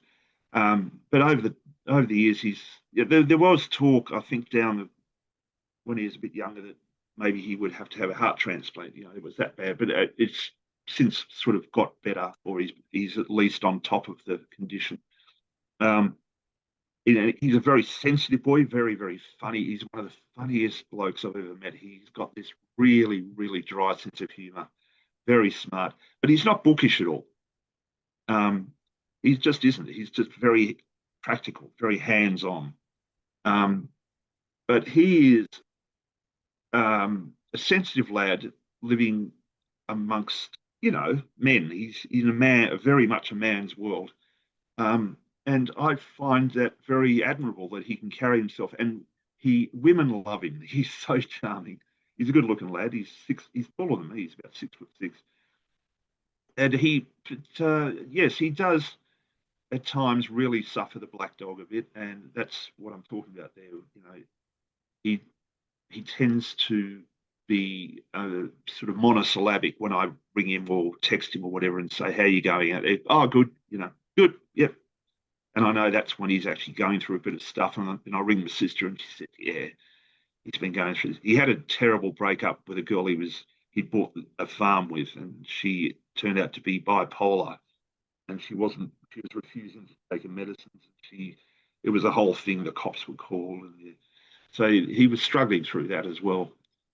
But he's a wonderful, wonderful young man. He's now, I say he's 29 here, so he would now be. Oh, this poem is a bit old. He's 34 now, so this is a 5-year-old poem. So yeah, sorry, I caught you by surprise there. Is he rapt that he's had a poem written about him? Yeah. Once again, when I sent it to him, he went, "Yeah, that's good, but I'm off. I'm off my warfarin now. I'm only on Panadols or something." I said, "Oh, sorry, but that warfarin sounds better. Can I leave it in?" He went, "Yeah, okay, all right." Yeah.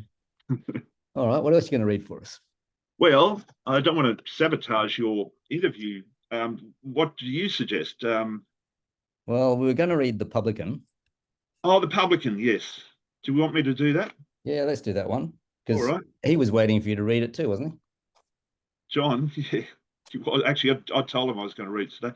Now, yes, we should give the background. The Publican is John Cope, who owns the station bar up the road here. He runs a very, very good business. fantastic pizzas. He was at one stage, maybe 3 years running, rated in the top 10 pizzerias in Australia.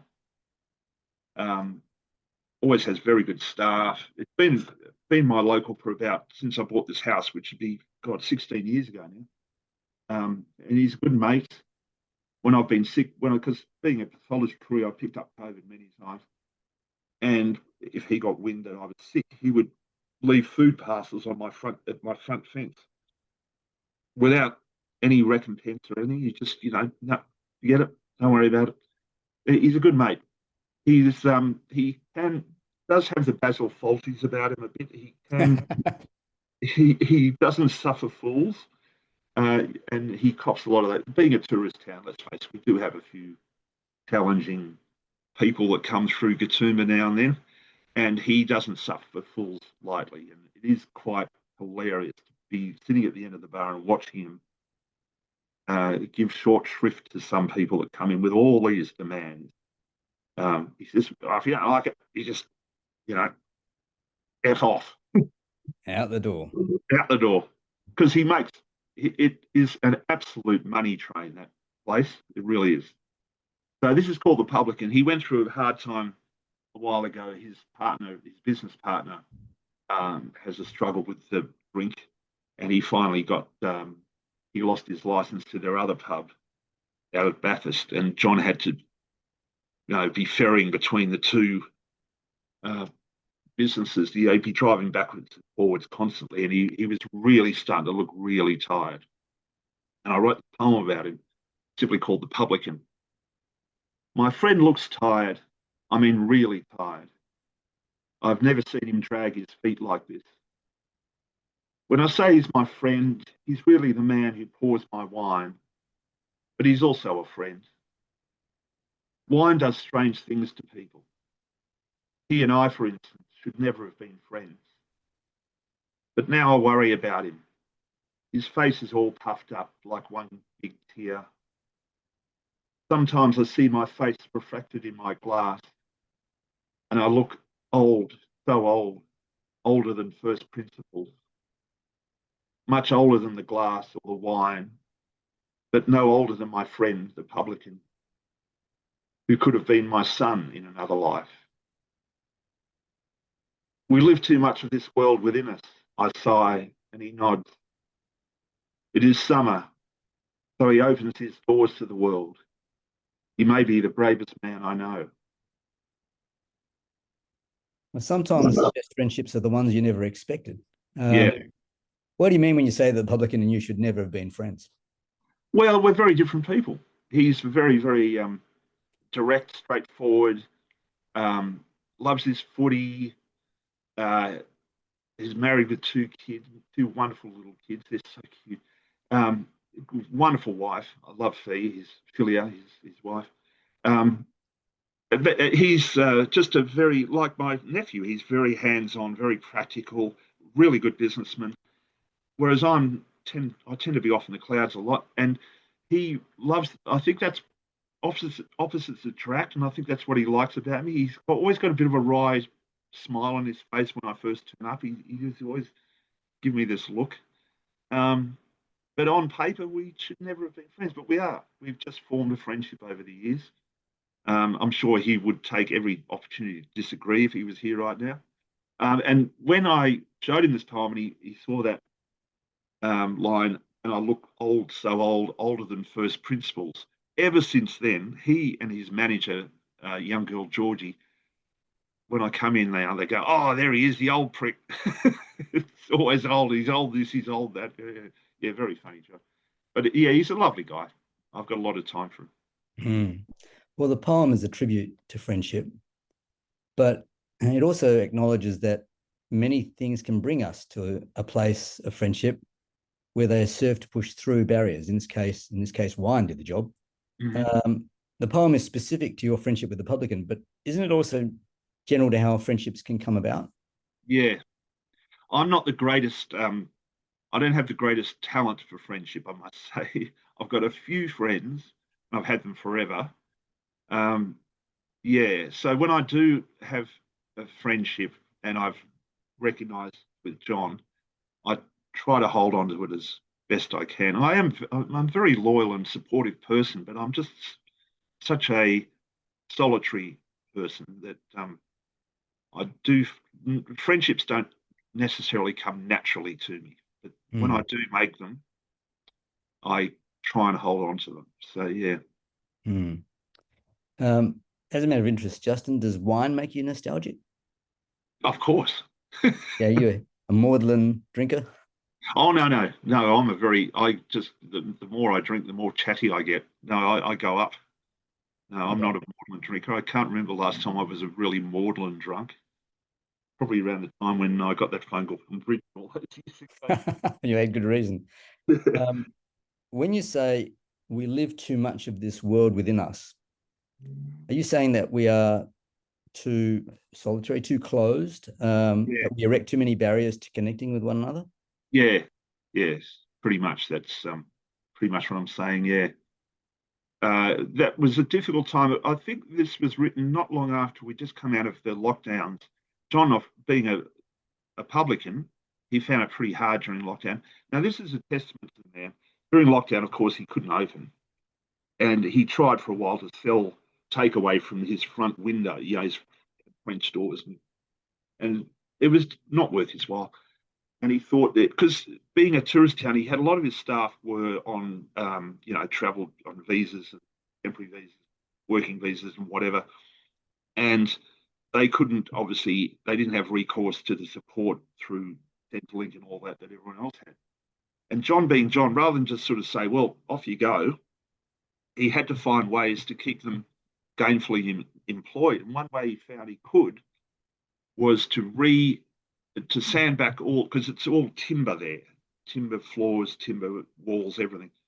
And so he got them all in, and for 3 months they sanded back all the timber, all the furniture, everything, and then varnished it, and it kept them in work all through the extended lockdown.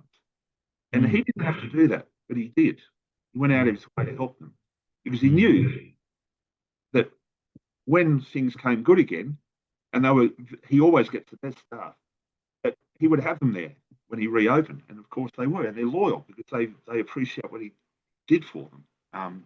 And of course the bar looks great. It's all beautifully, varnished, and it looks fantastic. But that is a testament to the man. So In the last, maybe he gets to watch this, so you're going to make sure he watches it, right? In the last poem about your nephew, you talked about his courage, and you talked about how much you worried about him. And here you're worrying about the publican. And in the last two lines, you talk about he opens his doors to the world. He may be the bravest man I know. So there's kind of a synchronicity between the thing in those two poems. Yeah, well, I think Tom's met John a few times actually. Yeah, Tom had a bit of a dalliance actually. Yeah, with one of the barmaids there for a while, and so he was up every weekend. And they're very, very similar people. They've got a very sensitive side, but they're both very hands-on and quite meat and three veg, I suppose you'd say. No fuss, no muss kind of thing, and brave, and not really given to blowing their own trumpets either. So they just get on with it, which is what I really respect about them. Are you saying in these last lines, so he opens his doors to the world, that there is a bravery in that openness? Yeah, because you'd see him. There was a time when you'd see him, and he'd have to open the business at midday, and you'd think, oh boy, he looks buggered. He just wants to go home and lie down, But he's got to do it because that's what he does, and that's why I said that. Sometimes I'd see him, and if it were me, I'd be crumpled up in a ball somewhere because there were a lot of problems. Don't want to go too much into his business partner and all that trouble, but it was a terrible time for him. He was really struggling with a lot of stuff. Recently, sadly, his lovely brother James passed away at the age of, I think, 44. He'd only just been up a few weeks before he passed away, helping John with a few things around the bar. And he was he's a hilarious guy. And he seemed in the, peak of health. I mean, he liked to drink. And then the next thing I hear, he'd passed away. And that really hit John hard because they were close, those two. They were really close. But he got through that. I think he did the eulogy at the funeral and just took care of his mum and looked after the funeral arrangements and all that, and just got on with it. Just once again, a testament to his inner strength. So yeah. All right, what else you got for us? What do you suggest? Actually, this chapbook you've written about the occupations of all the different people. You were talking about that with my collection where I've got the seamstress and the governess and all that. Maybe I thought I'd read the seamstress. Oh no, Newsreel Ken. Okay, what about Newsreel Ken? Newsreel Ken was next on the list. Oh, there you go. Okay, we'll do that because once again, it's a nostalgic poem. It's sort of roughly based on a friend of my father's who was the captain of the Monash Golf Club team. Ken Jackson, his name was. And this is very, very loosely based on him. He was once again, go back to the Second World War, he was a bomber pilot. See, my father was 40 when I came along. He was a much older father. And so a lot of his generation fought in the war. And Ken was a bomber pilot. I think he flew Wellington bombers over Germany for the duration. And because of those engines, he got terrible, is it tinnitus or tinnitus? I never know which it is. So when he would come, and he never married, he was a confirmed bachelor all his life. He was a really lovely guy. He'd come over for dinner, and when we sat down for dinner, Mum would get one of us to go into the living room and turn up the music. So it was really loud, because that's the only way that Ken could hear us, because if the noise was down, the tinnitus was so deafening for him that he couldn't hear. We had to have the Neil Diamond or Simon & Garfunkel or whatever blaring out. And then in a weird way, his hearing would come back and he could actually hear what we were saying. It was the strangest thing. But he was a lovely guy. And he never harped on about the war. It's just stuff that came out now and then. Anyway, this is called Newsreel Ken. And it's sort of an amalgam of a number of people I met through my parents over the years. I liked the guy. He smelt of rich pomade and cheap gabardine, and had a strange halting manner when he went to shake your hand. But he smiled like he had just taken a great bite out of the sweetest apple. And he crouched down to the kids and little dogs. The jails are full of them. Taking time to really look you in the eye. Let you see what he's seeing, the true size and shape of us. He didn't talk much about the past, about the war or where he got that cough. Although while he folded his handkerchief away, it looked for a moment like he might just surrender to that vague air of nostalgia that held close to him. Not cloying, but close, like the steam off a hosed-down pavement. I like the guy because of all this, and because he could fit so many marbles into his mouth. It was a wonder to behold. And when the lights went down in the cinema, he would instinctively reach out and stroke your mother's hand. And when he looked back up at the screen, I noticed his eyes had a glassy sheen, as though he had a mouthful of marbles, almost choking on the simple joy of the moment that you have to hold on to tight, hold on to really, really tight. What's the reference to the newsreel? I think I was just picturing very old version of the cinema, when you'd the prequels to the main attraction, they would have the old newsreels. I'm just assuming that's what I was referring to there. I can't quite. A little documentary about him. Yeah, that's sort of the old. So I'm going back there. I mean, as I said, it's an amalgam of experiences and personalities. Yeah. But Ken was very much in front of my mind when I was writing it. Yeah. He passed many years ago now. Yeah. So Ken is attentive, right? He takes time to really look you in the eye and to Oh, See he the was very size and watchful. shape of us. And he did. He would get, when we were younger kids, he would get down pretty much on his haunches to talk to us. You know, he was lovely. He was a really lovely guy. Never had kids of his own, but he was very, very engaging. A lot of um, adults can be dismissive, or not dismissive of children, but just like, yeah, off you go, kid. But he was always very engaged, and I always liked that about him. Yeah, well, that's the point I was going to make. It was a comparatively rare thing that to have that attentiveness from an adult if you're a child.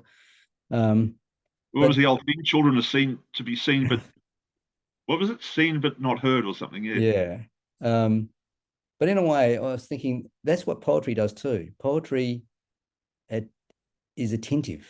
Mm. What it tries to do. It's attentive to the moment. It's attentive. So in a sense, you're not just capturing his attention, but you're reflecting his attention with your own attention in the poem. Yeah. And what I absorbed of him as a person. Mm. Um, yes, he was, and my parents would have these big cocktail parties, and I always noticed he was always a little bit awkward. And I think it was mainly a lot of it would have had to do with his hearing. He found it very hard to hear people, and you'd see him. And one of the reasons I suppose he was quite attentive too was he had to try and read people's mouths. It must have been a crippling thing. Mm. Um, but he was a very sort of shy, reflective, sensitive bloke. Once again, seems to be another theme in this book. Mm. Um, he was a bloody good golfer, so I caddied for him a few times. Geez, he could hit a ball, the thing would fly. He was a very good golfer. Yeah. Mm. So you say here he didn't talk much about the past, about the war, or where he got that cough. Mm. But the impression the poem gives is that he is captive to it. You know, that it is there, ever present, like an undigested meal, if you like, sitting heavy in his stomach. Yeah, and he did always have a terrible cough. I don't know what went on there. Yeah. And that vague air of nostalgia that held close to him. Are you asserting here that we inevitably carry the past with us, that it can't help but make us who we are and infuse our present? Yes, I think so. People that go through that sort of experience, but he flew over Germany for 4 years. I mean, yeah, imagine the sort of life-changing experience that would have been for a young man. A long way from home too, you know. Um, so it was just there. You could feel it with him. Um, and there was another guy also that my father met through Monash Golf Club, John Little, and he was a tail gunner. Now I don't think they were on the same plane together. He was a tail gunner, and John Little was a very very dashing, he actually looked a bit like Robert Adamson. He had the same hair, the whole bit. He was a bit taller than Robert, but he was a very charming man, and he didn't have any of that sort of. The war didn't seem to have taken possession of him like it did with Ken. He Mm. seemed to have just got through it. And a tail gunner, apparently, from what I've read, their chances of survival were very slim. But he somehow made it through the war, and then he just went right, no, back to normal life. I'm getting on with things now. So he was a very different kettle of fish, John Little. Mm. Yeah.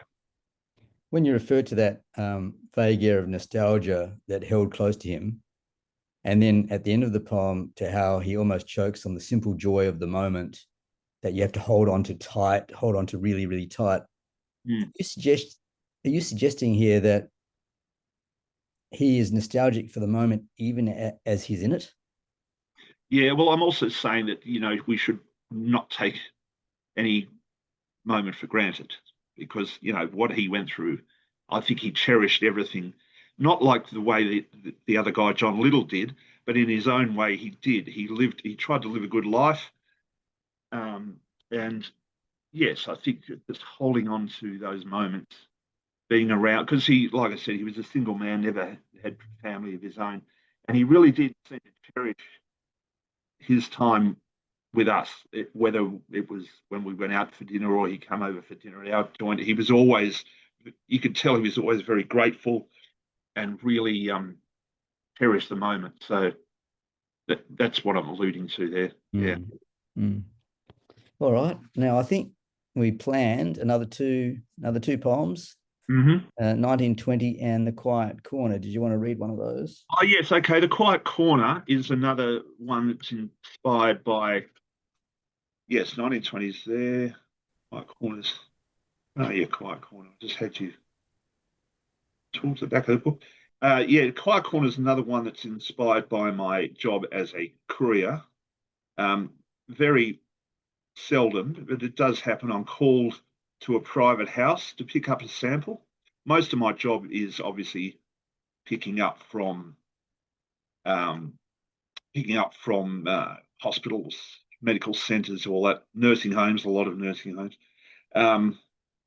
So now and then I get called out to a private house, and especially on this is relevant to WestWords because my Sunday runs are all through Campbelltown, all that area, Liverpool, Fairfield. So when I am called to a private house, it's more often than not either a Hindu house or a Muslim house, occasionally a very sort of conservative Christian house. And quite often they have these little shrines in the front room, in the corner. And it's always struck me. And we've been given instructions when we go to a private house. If they ask you to take off your shoes, politely decline. And I've never got a proper explanation of why that is, because they often say, "Well, could you please take your shoes off?" And our management's made it clear, no, you don't. You leave your shoes on. So don't ask me about that. But yes, a couple of times I've noticed when I've walked into a house, it's usually an old lady that is giving a urine sample and she can't make it to the doctors. That there's this little shrine in the corner. So I thought I'd write a poem about that. It's called The Quiet Corner. The garish shrine I understand, or at least it does not unsettle me. With a plastic Dinesh or a fat Siddhartha blinking like stars through the Bodhi tree, or Mary, Mother of God, slow clapping the floors of the world. The candy cane incense catches me mid-step every time, but it does not worry me as much as the staring stone-cold effigy. Dark eyes fixed on me as I explain to some deaf old dear why I am here. For her little blue cap of gore and effluvia, without the good grace to even take off my shoes, waving my lanyard like rosary.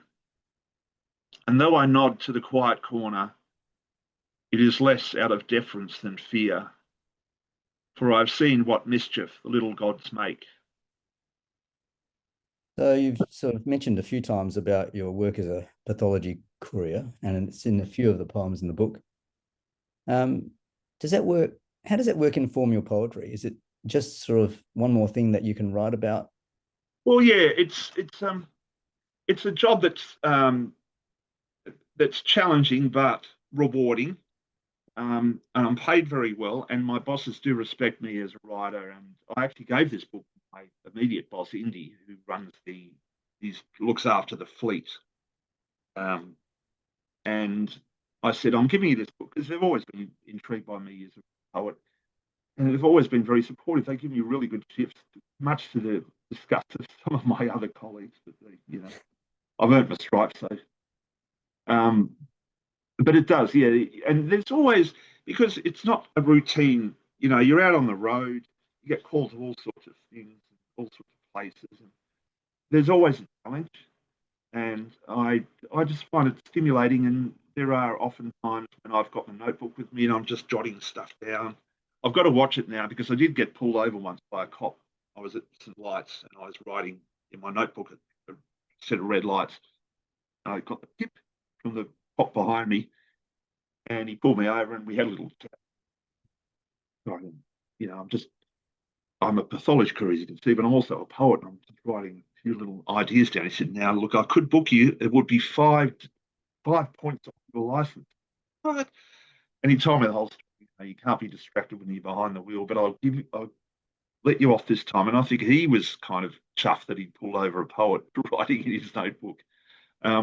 But yeah, so I get some ideas when I'm out there on the road, because I do long runs. I mean, my Saturday run, I'm on the road for 11 hours. So it's a lot of time to be thinking. I stick to classical music on the radio, and I've got a lot of time for just processing thoughts, and I just find it very rewarding. very tiring, but very rewarding. This must be a thing. I think you're the third poet who's disclosed to me that you write whilst driving. Okay. Well, not while driving. That'd be a challenge. Anthony Lawrence, check out Anthony Lawrence's podcast. I think he's got the pad between his knees whilst he's driving, and he's really the naughty man. That's not very safe. Jesus, Anthony. How does he manage that? But he's actually driving, and I don't know how he manages that. Well, you should be aware that you could lose 5 points off your license if you get pulled over. Yeah, I don't think it's a common occurrence, but was this poem situated during COVID? Yes, it was just part of your ordinary, everyday, normal experience? Actually, that's when a lot of my calls out to these private residences was during COVID, because a lot of the medical centres were closed, and people still needed to give samples.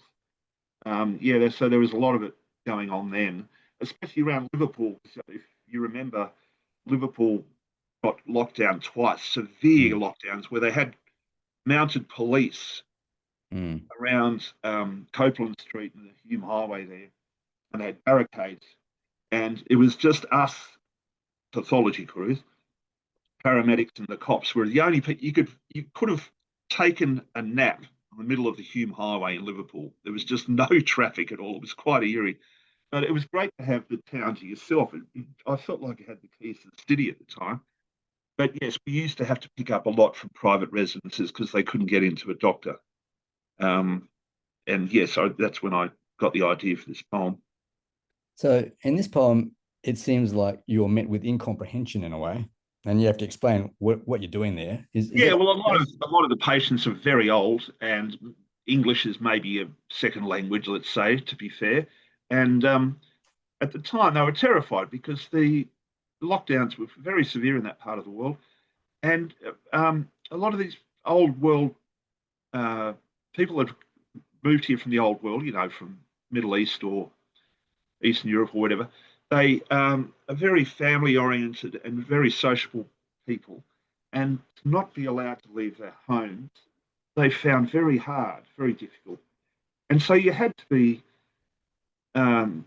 conciliatory in a way, because I'm in a uniform, and I did, in a lot of people's eyes, represent the powers that be that were imposing this lockdown on them, even though that wasn't quite true. I mean, we did get abused quite often. I actually got some terrible expletives keyed into the side of my courier car once, simply because I was driving a courier car, and they blamed us for the whole situation. And so you did have to be sort of explain exactly what was going on. And yeah, I really felt for them. They really got hit hard, and I think maybe that, especially there was a second lockdown, I think was unjustified. But you don't know with a pandemic, do you? If we hadn't had the lockdowns, God knows what would have happened. It could have been a lot worse. Hindsight is a wonderful thing, but you've got to make the decisions in the moment on the information you've got. So what is it about the staring stone cold effigy that worries you? Yeah, well, there was one place I went into, and obviously the husband or whoever had just recently passed away, and there was the little shrine to his memory, and there was a photo of him there, and I found it quite striking when I walked in, quite arresting. She was quite an old lady, and she was still visibly upset, so it must have been a recent passing, maybe through COVID, because a lot of people in that part of the world passed away from COVID. And so I think that's what I'm alluding to there. Yeah. And what mischief have you seen the little gods make? Oh, God, all the time. The little bastards are always up to no good. People that have passed away perhaps that shouldn't have, all the usual things that happen in a life that once upon a time we used to blame on the gods. Now we just sort of blame on bad luck, but I just thought it was a bit of a line. I thought, yeah, that's, I am a superstitious man as well as being a nostalgic man, so I'm always blaming the gods for something or other. Whatever works, I find. Yeah. You've got one more poem for us, 1920.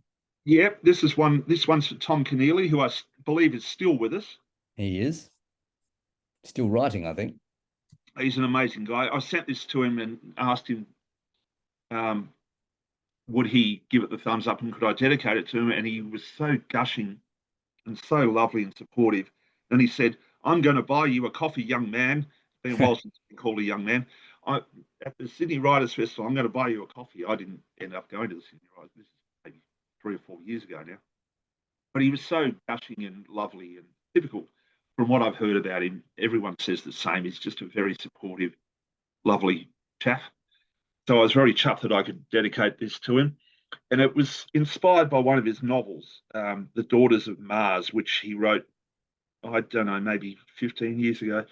And it's based on real life nurses who went off to Gallipoli and the Western Front during the First World War, obviously, to look after our troops over there. And they were an extraordinary bunch of people. One of them lost her arm, because as the war went on and it got uglier and uglier, hospitals would become targets. So having the Red Cross on the roof of your hospital was like a target for the artillery.